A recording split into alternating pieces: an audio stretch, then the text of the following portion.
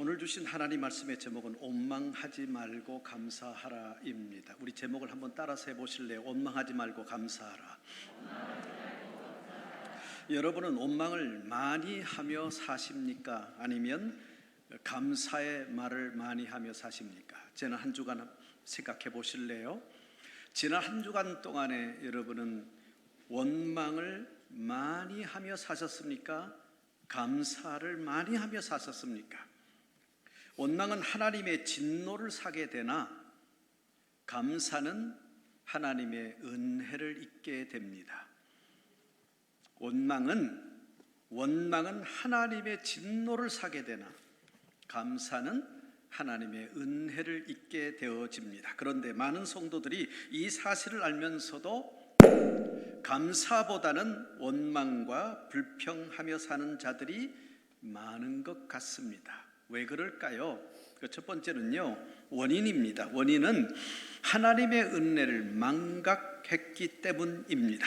민수기 11장 4절 5절에 보면 먼저 4절 중간절에 이스라엘 자손도 다시 울며 이르되 누가 우리에게 고기를 주어 먹게 하랴고 했고요, 11장 5절에도 애굽에 살 때 생선을 먹은 것이 생각난다 고 했습니다.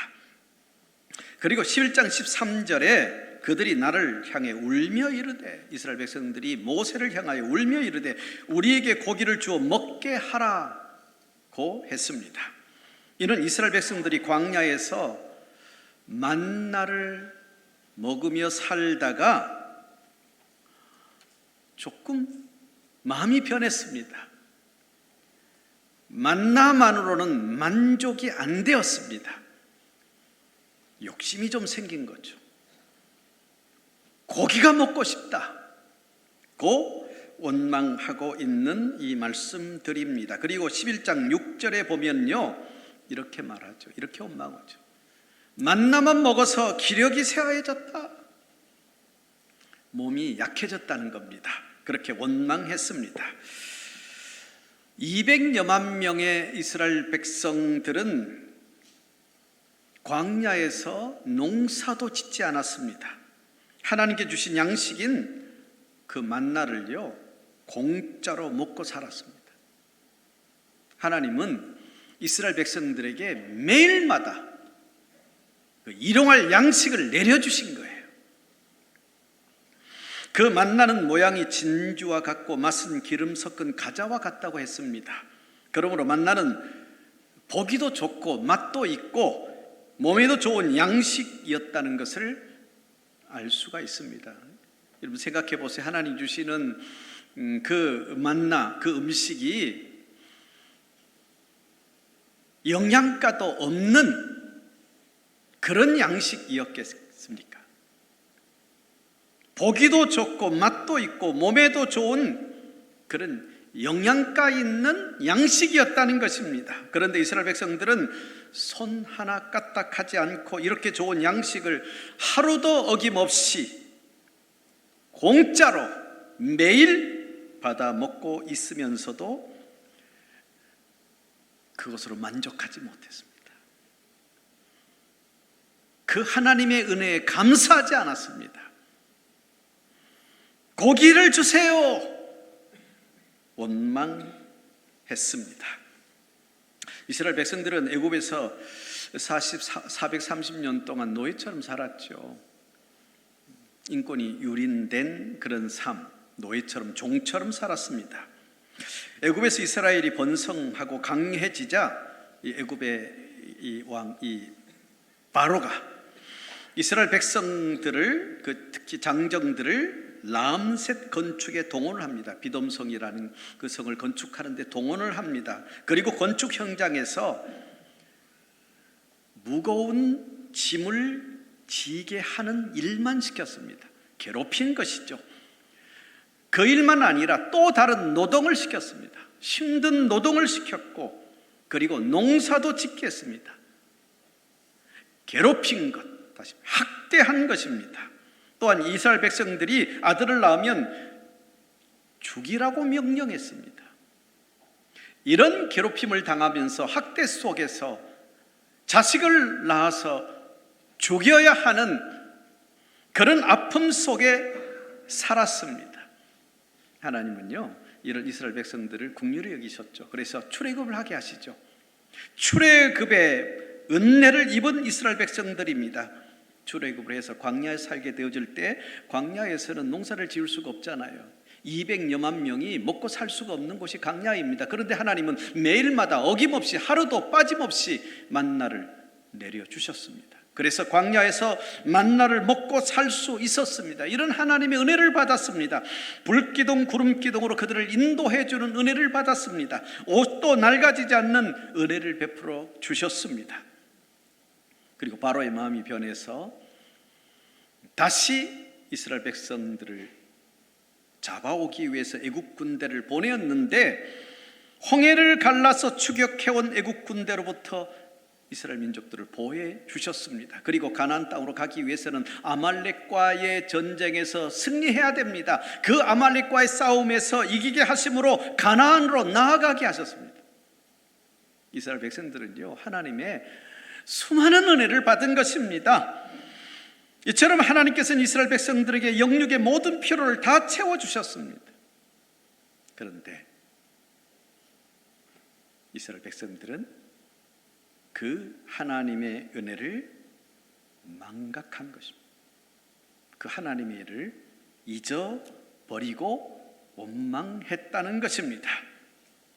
오늘 예배드린 우리 성도님들, 이 말씀을 들으면서 한번 생각해 보시기를 바랍니다. 하나님께서 여러분에게 베풀어 주신 은혜가 무엇인가를 잠깐만 생각해 보시기 바랍니다. 과거에 하나님께서 어떤 은혜를 베풀어 주셨는가, 그리고 현재도 미래에도 하나님은 나에게 어떤 은혜를 베풀어 주실 것인가 한번 생각해 보시길 바랍니다. 하나님은요, 우리에게 놀라운 은혜를 주셨죠. 구원의 은혜, 영원히 살게 하는 은혜를 주셨죠. 그 은혜뿐만 아니라 살면서 우리의 모든 필요한 것들을 다 채워주셨습니다. 하나님의 은혜로 지금까지 살 수 있었다는 것입니다. 과거도 그러지만 현재도 그 은혜를 베풀어 주실 것이고 미래도 그 은혜를 베풀어 주실 것입니다. 하나님의 은혜 속에 우리가 살아왔다는 것입니다. 그 은혜를 잊지 않는 여러분 되시기를 바랍니다. 그래야 원망하지 않게 되어집니다. 그런데 그 은혜를 망각하게 되어지면 불평쟁이, 원망쟁이가 되어진다는 것입니다. 하나님 베풀어 주신 영육의 은혜를 잊지 않고 살아가는 여러분 되시기를 축복합니다. 두 번째, 원망하는 그 원인이 하나님 은혜를 망각하고요, 탐욕이 생기면 원망하게 되어집니다. 민수기 11장 4절에 그들 중에 섞여 사는 다른 인종들이 탐욕을 품음에 이스라엘 자손도 다시 울면서 고기를 먹게 해달라고 원망했다고 했습니다. 여기 섞여 사는 다른 인종들은 이방인들이죠. 이 이방인들인데 이스라엘 백성들이 이방인들의 탐욕이라는 영향을 받았다는 것입니다. 다시 말하면 이 비신자들의 욕심에 동화가 된 것입니다. 그래서 탐욕을 부리는, 욕심을 부리는 비신자들에게 동화가 되어서 만나로 만족할 수 없게 된 것입니다. 이제는 고기가 좀 필요해.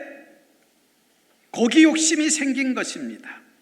그래서 민수기 11장 5절에 애굽에는 생선도 있다 그랬잖아요. 애굽에는 생선도 있고, 11장 5절입니다. 여러 유의 과일도 있고 여러 유의 채소도 있고 이렇게 다양한 양식이 있었는데 11장 6절에 광야에서는 만나 외에는 먹을 것이 아무것도 없다 고 원망을 했습니다. 이방인들의 절대 가치는 돈이죠.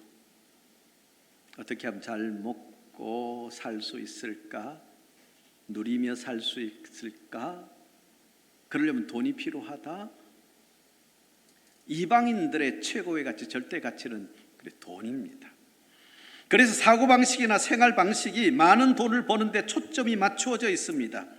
그런데요, 돈이 점점 많아져도 욕심을 부립니다. 탐욕에 빠집니다. 탐욕에 빠져서 감사하거나 만족하지 않고 늘 원망하며 산다는 것입니다.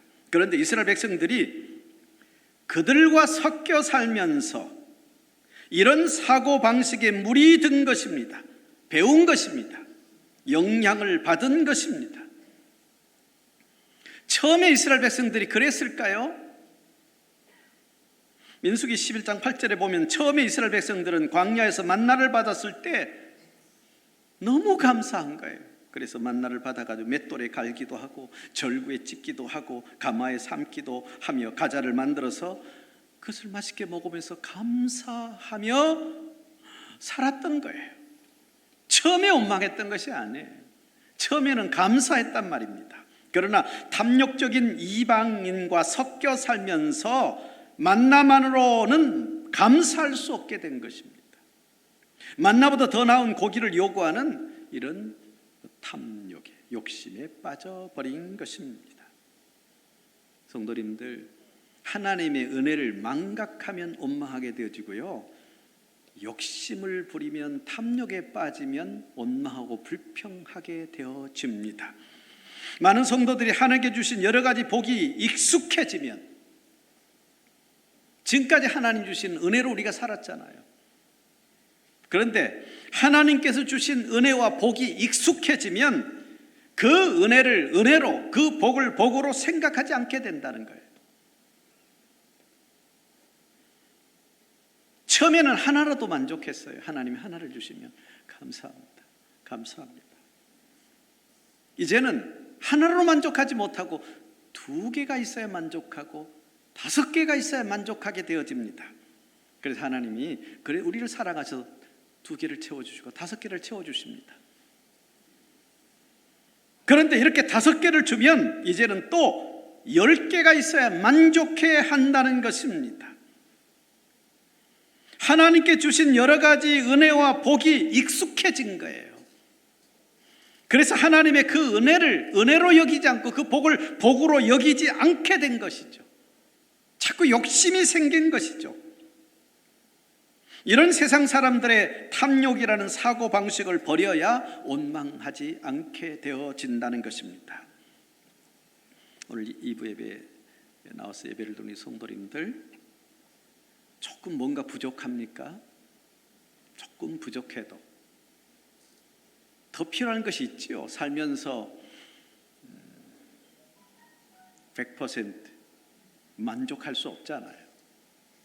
100% 우리의 필요가 다 채워지지 질 수 없잖아요. 조금 부족해도, 더 필요한 것이 있어야 해도 현재 주신 것으로 만족하고 감사하며 사는 저나 여러분이 되어야 될 줄로 믿습니다. 그래야 원망하지 않게 되어집니다. 2번째, 원망의 결과는 무엇일까요? 왜 우리는 정말 원망하지 말아야 될까요? 원망의 결과는 하나님의 진노를 받게 되기 때문입니다. 민수기 11장 1절에 하나님께서 이스라엘 백성들의 원망을 들으시고 어떻게 하셨다고요? 진노하사 그랬습니다. 원망을 정말 하나님은 원하지 않으십니다. 우리가 원망하고 불평하며 사는 것을 하나님은 정말 기뻐하지 않으세요. 진노하사, 이 진노는 이스라엘이 머물고 있는 진영 가장자리에 불이 나게 하신 것이었습니다. 즉 하나님께서는 원망할 때 불로 심판하신다는 것입니다. 하나님의 심판은 그것이 바로 실패, 멸망, 죽음입니다. 그리고 하나님께서 원망하는 그 이스라엘의 말을 들으셨다고 했습니다. 이스라엘의 원망하는 말을 들으신 하나님은요, 민수기 14장 27절 28절, 우리가 자주 읽는 말씀이지만 함께 읽어볼까요? 다 같이 읽겠습니다. 나를 원망하는 이 악한 회중에게 내가 어느 때까지 참으랴. 이스라엘 자손이 나를 향하여 원망하는 바 그 원망하는 말을 내가 들었노라. 그들에게 이르기를 여호와의 말씀에 내 삶을 두고 맹세하노라. 너희 말이 내 귀에 들린 대로 내가 너희에게 행하리니. 이스라엘의 원망하는 말을 들으신 하나님은요, 그 원망하는 소리를 들었는데 너희 말이 내 귀에 들린 대로 행하겠다라고 말씀하셨습니다. 무슨 말이에요? 원망한 대로 된다는 거예요. 그것이 하나님의 진노예요. 이스라엘 민족의 원망이 뭐예요? 광야에서 우리를 죽게 만드는구나. 광야에서 이제 죽게 되었다라고 원망한 말대로 행하시겠다는 거예요. 그러니까 우리가 말한 대로 되어진다는 거예요. 그것이 하나님의 진노입니다. 결국 민수기 14장 29절에 함께 읽겠습니다. 너희 시체가 이 광야에 엎드러질 것이라. 너희 중에서 20세 이상으로 계수된 자 곧 나를 원망한 자 전부가. 광야에서 죽게 되었다고 원망했던 자들은 원망한 대로 너희 시체가 광야에서 엎드려졌다. 광야에서 죽게 되었다고 원망한 대로, 그렇게 말한 대로 광야에서 죽었다는 거예요. 꿈에 그리던 젖과 꿀이 흐르는 가나안 땅을 그들은 밟지 못했습니다. 광야에서 떠돌다가 하나님께 주시기로 약속한 땅에 입성하지 못한 거예요. 원망한 대로 되어진 것입니다. 이처럼 원망의 결과는 하나님의 진노입니다. 불의 심판입니다. 멸망입니다. 실패입니다. 죽음입니다. 왜냐하면 원망은 수군거리다, 불평하다는 뜻으로 그 원망이라는 단어 속에는요, 불신과 배은을 포함한 반역의 심리의 의미이기 때문입니다. 왜 하나님이 이렇게 원망하는 것을 싫어하시냐면요, 뭐 수군거리고 불평하는 거, 뭐 그 정도 하나님께서 그 수용 못 하시겠습니까? 그런데 이 원망이라는 것은 불신이라는 거예요. 배은과 불신이라는 거죠. 반역의 심리라는 것이죠. 결국 원망은 하나님을 믿지 않는 불신이라는 것이죠. 하나님 그것을 용납하지 않으신 것이죠. 원망하는 것은 하나님을 불신하는 것이요, 하나님을 믿지 않기 때문에 원망하는 거예요. 과거에 하나님께서 우리에게 필요한 영육의 모든 필요를 채워주셨잖아요. 그러면 오늘도 채워주실 것이고 미래도 채워주실 것을 믿어야 되잖아요. 지금도 살아서 역사하시는 전능하신 하나님, 온 우주를 창조하시고 그 절대 주권을 가지고 온 우주를 통치하신 하나님, 나의 모든 생사복을 주장하신 하나님, 그 하나님을 믿는다면 과거의 필요를 채워주신 하나님은 오늘도 채워주시고 미래도 채워주시고 내 자식의 미래도 채워주실 것이라는 그런 믿음이 있어야 되잖아요. 그런데 원망하는 것은요, 믿지 않는다는 거예요. 못 믿겠다는 것입니다. 하나님을 신뢰하지 않는 것입니다. 결국 원망하는 것은 하나님을 믿지 않는 불신이요, 더 무서운 것은 불신하다가 결국은 하나님을 배신하고 하나님을 떠나게 되어진다는 것입니다. 신앙이 무너져 버려요. 원망의 결과는 영적으로 무너지는 거예요. 그래서 하나님은 원망하는 것을 원하지 않으시는 거예요. 그러면 어떤 경우에도 원망하지 않는 저나 여러분이 되어야 될 줄로 믿습니다. 마지막 세 번째, 원망하지 말고 감사해야 합니다. 데살로니가 전서 5장 18절에 범사에 감사하라, 이는 그리스도 예수 안에서 너희를 향하신 하나님의 뜻이니라. 범사에 감사하라, 모든 상황 속에서 감사하라. 그것이 하나님이 원하시는 것이다. 하나님이 기뻐하시는 것이다. 모든 상황 속에서 감사하라. 복을 받아도 감사하고, 이렇게 지금 코로나19라는 사태를 통해서 우리가 이런 아픔을 겪고 있어도 감사하고, 좋은 일이 있을 때도 감사하고, 나쁜 일이 생겨도 감사하고, 사업이 잘 돼도 감사하고, 사업이 잘 안 되어져도 감사하고, 뭐 취업이 돼도 감사하고, 취업이 잘 안 되어져도 더 좋은 직장을 주실 것을 믿고 감사하고, 자녀가 잘 되어도 감사하고, 자녀가 잘 안 되어져도 나중에 더 좋게 하실 하나님 미심을 믿고 감사하고, 건강에도 감사하고, 질병에 걸려 있어도 감사하고, 사역과 전도 열매가 있어도 감사하고, 없어도 감사하고, 범사에 감사하라. 모든 상황 속에서 감사하라. 화를 당하고, 나쁜 일이 생기고, 사업이 어려워지고, 취업이 안 되고, 자녀가 문제가 생기고, 질병에 걸리고, 사역과 전도에 열매가 없어도 항상 우리 마음속에는 좋게 하실 하나님, 유익하게 하실 하나님이심을 믿고 감사하라는 것입니다. 그러니까 하나님을 신뢰할 때 감사하게 되는 거예요. 결국 하나님은 유익하게 하신다. 결국 하나님은 좋게 하신다. 코로나19라는 이 사태를 통해서 내가 이 고통을 겪고 있지만은 하나님은 이 위기가 나에게 어떤 기회가 되게 해 주실 것이다. 그것이 하나님을 신뢰하는 거예요. 그때 원망하지 않게 되어지고 감사하게 되어진다는 것입니다. 모든 상황 속에서 감사하는 것이 하나님의 뜻이기 때문에 감사하며 살아야 될 줄로 믿습니다. 탈무드에 이 세상에서 제일 지혜로운 사람은 어떤 상황 속에서도 계속 배우려는 사람, 좀 식상한 얘기지만 우리 한번 다시 생각해요. 이 세상에서 제일 지혜로운 사람은 어떤 상황 속에서도 계속 배우려는 사람이 가장 지혜로운 사람입니다. 이 세상에 가장 강한 사람은 자신과의 싸움에서 이기는 사람이 가장 강한 사람이다. 이 세상에 제일 행복한 사람은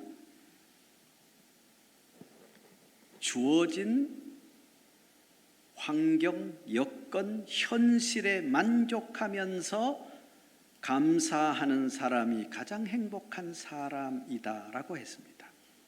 그 유명한 철학자 아리스토텔레스는 행복은 감사하며 사는 사람의 것이다. 감사하는 사람만이 행복할 수 있다. 타고르는 감사의 분량이 곧 행복의 분량이다. 감사가 많아지면 행복이 커진다는 것입니다. 이처럼 행복은 감사와 정비례한다는 것입니다. 하나님께 감사하는 사람은요, 과거에도 은혜를 주셨고 현재도 주시고 미래도 주실 것을 믿고 하나님이 주신 것으로 만족하고, 때로는 좀 부족하고 더 필요하지만은 그럼에도 불구하고 만족하면서 하나님께 감사하는 사람은 행복한 삶을 살아간다는 거예요.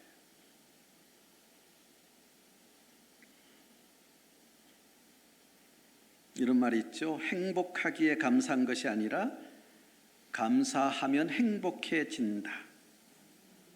감사한 만큼 성공적인 삶을 살 수 있고 행복한 삶을 살 수 있다는 것입니다. 그 일본 기업인 네소날의 창업자 마쓰시다 고노스케는 공부를 많이 하지 못했대요. 초등학교 4학년까지 다니고 중퇴를 했대요. 그러니까 그 초등학교 4학년 중퇴를 했으면 11살이잖아요. 그때부터 자전거 가게 점원으로 일을 하고 그 어린 나이에, 그리고 뭐 온갖 일을 다 했대요. 그러다가 직원이 10만 명이 넘는 이 내셔널이라는 대기업의 CEO가 되었습니다. CEO가 된 이후에 자신의 성공 비결을 말했는데 이렇게 말했어요. 집이 너무나도 가난해서 나는 초등학교도 다니지 못했습니다.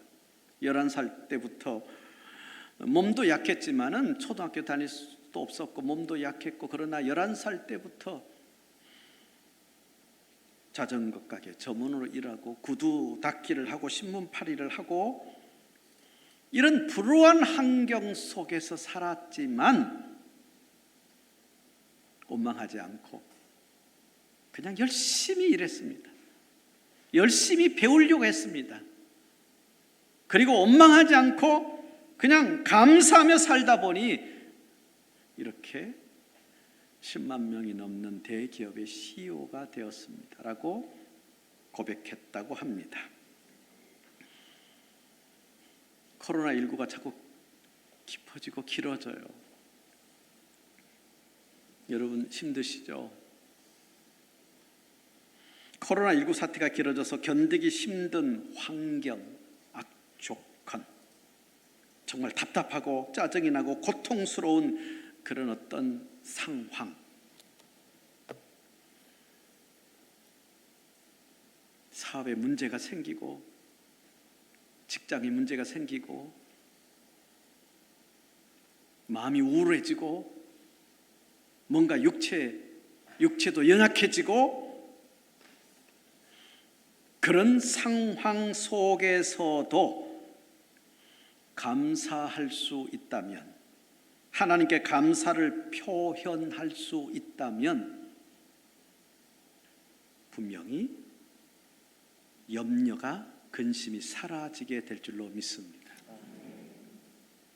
원망하면 염려가 더 깊어지고 근심이 더 깊어집니다. 그런데 그런 상황 속에서 감사하면 염려가 사라집니다. 염려가 사라지면 무엇이 찾아올까요? 마음의 평안이죠. 마음이 평안해지면 내 마음이 어떻게 되어져? 여유가 생기죠. 마음의 안정이 생기죠. 이 모든 것이 감사를 통해 옵니다. 원망하면요, 근심이 더 깊어져요. 원망하면요, 마음이 더 불편해져요. 여유도 사라져요. 안정도 사라져요. 그런데 감사하면요, 염려, 근심이 다 사라져요. 마음이 평안해지니까 여유가 생겨요. 안정이 생겨요. 마음의 여유와 안정이 생기니까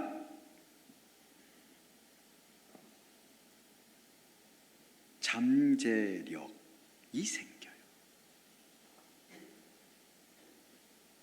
여러분 생각해 보세요. 마음에 여유도 없고 안정도 없고 평안도 없고 늘 근심, 걱정 속에서 살아가는데 자신에게 있는 어떤 가치를 찾아낼 수 있겠어요? 어떤 장점을 찾아낼 수 있겠어요? 자신에게서 어떤 가능성을 발견할 수 있겠어요? 감사합니다, 감사합니다, 감사합니다. 그러면 내 마음속에 여유가 있으니까 내게 있는 가치, 나에게 있는 장점, 내게 있는 어떤 가능성을 찾아내. 잠재력이 생겨요. 그러니까 자존감도 높아져요. 감사해서 오는 거예요. 자존감이 높아지고 잠재력이 생기니까 담대해지잖아요. 낙심하고 좌절하고 절망하고, 그래서 원망을 통해서 오는 거예요. 담대해지잖아요. 담대해지니까 도전하잖아요. 그렇게 도전하다 살다 보면은 반드시 회복되어지는 역사, 치료되는 역사, 승리하는 역사가 일어나게 될 줄로 믿습니다. 그래서 행복해지는 것입니다. 그래서 하나님은 원망하지 말고 감사하며 살라고 하신 것입니다. 원망하지 말고 범사에 감사하며 살다가 이런 은혜를 경험하는 우리 성도님들 되시기를 축복합니다. 말씀을 다시 한번 정리하면서 마칠게요. 우리들은 쉽게 은혜를 망각하고 욕심에 빠져서 원망하고 불평하며 삽니다. 꼭 기억하십시오. 원망은 하나님의 진노를 삽니다. 감사는 하나님의 은혜를 입는데 원망은 하나님의 진노를 삽니다. 하나님은 우리들이 하는 원망의 말을 다 듣고 계십니다. 부모가 자식에게 원망하지 마십시오. 자식은 부모에게 원망하지 마십시오. 원망한 대로 되어져요. 아내는 남편에게, 남편은 아내에게 원망하지 마십시오. 원망한 대로 되어져요. 친구에게, 이웃에게, 직장 후배, 상사에게 원망하지 마십시오. 세상을 향해 원망하지 마십시오. 성도에게, 사역자에게, 목사에게 원망하지 마십시오. 특별히 하나님께 원망하지 마십시오. 하나님은 원망하는 소리, 불평한 소리를 다 듣고 계시고요, 원망한 대로 되어집니다. 불평한 말 그대로 되어진다는 것입니다. 원망의 결과는 이스라엘 백성들이 광야에서 다 죽게 되었다고 원망한 대로 꿈에 그리던 가나안 땅에 입성하지 못하고 광야에서 죽게 되었다고 말한 대로 광야에서 다 죽었습니다. 원망의 결과는요, 불행입니다. 그러므로 원망하지 말고 범사에 감사하라는 것입니다. 모든 상황에 감사하는 것이 하나님이 원하시는 것이고 하나님이 기뻐하시는 것, 하나님의 뜻입니다. 감사하며 살면 불행은 끝이 나고 하나님의 은혜는 시작이 되어집니다. 이번 주간 여러분 원망하고 살았다면 원망을 중단하십시오. 감사를 시작하십시오. 그때 하나님의 은혜가 시작되고 하나님의 복이 여러분의 삶 속에서 시작될 줄로 믿습니다. 이런 은혜를 경험하는 한 주간 되시기를 축복합니다.